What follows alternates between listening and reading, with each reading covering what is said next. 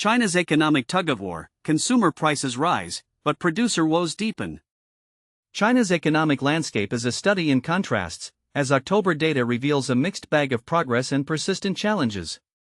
While consumer prices finally rebounded after 2 months of decline, producer prices continued their 3-year slump, highlighting the delicate balance between recovery and ongoing struggles in the world's second-largest economy.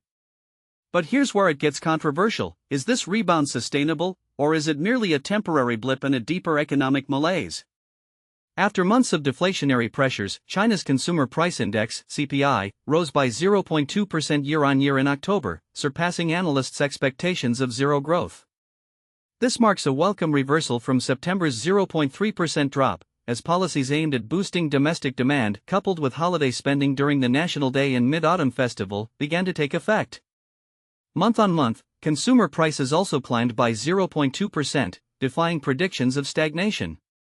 And this is the part most people miss: while these numbers signal a glimmer of hope, they also underscore the fragility of China's recovery, especially as global economic headwinds persist. On the flip side, producer prices painted a grimmer picture, falling 2.1% year-on-year in October, the third consecutive year in negative territory. This decline, though slightly less severe than the 2.2% drop predicted by Reuters, reflects the ongoing struggles of Chinese manufacturers. Industrial overcapacity, fierce price wars, and weak domestic demand have kept producers under immense pressure. Even month-on-month, producer prices managed only a modest 0.1% increase, a far cry from a robust recovery. The government's intervention in price wars and efforts to stimulate demand appear to be yielding results, with industrial profits surging over 21% in September.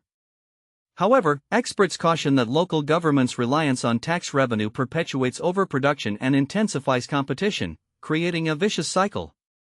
Could meaningful tax reforms be the key to breaking this cycle? Or is China's economic model fundamentally flawed? Adding to the complexity, China's manufacturing activity contracted more sharply than expected in October, hitting a 6-month low. Subindexes for production, new orders, raw material inventory, and employment all deepened their contraction, pointing to softening demand and a sluggish industrial sector. Trade tensions with the U.S. and weak consumer confidence at home, exacerbated by a prolonged housing downturn, have left producers grappling with uncertainty. Exports, a traditional pillar of China's economy, also took a hit in October, with shipments to the U.S. plunging 25% for the 7th straight month. However, a glimmer of hope emerged as U.S. President Donald Trump and Chinese President Xi Jinping agreed to a trade truce during their October 30 meeting in South Korea, easing fears of a full-blown trade war. But is this truce enough to reverse China's export decline, or are deeper structural issues at play? Looking ahead, China's leadership has vowed to vigorously boost consumption as part of its 5-year economic roadmap. This includes balancing consumption with effective investment and expanding domestic demand. Yet, the question remains: can these measures offset the challenges posed by overcapacity, weak exports, and global economic uncertainty? As China navigates this economic tug-of-war, one thing is clear: the road to recovery will be anything but straightforward. What do you think? Are China's efforts enough to sustain long-term growth, or is a more radical overhaul needed?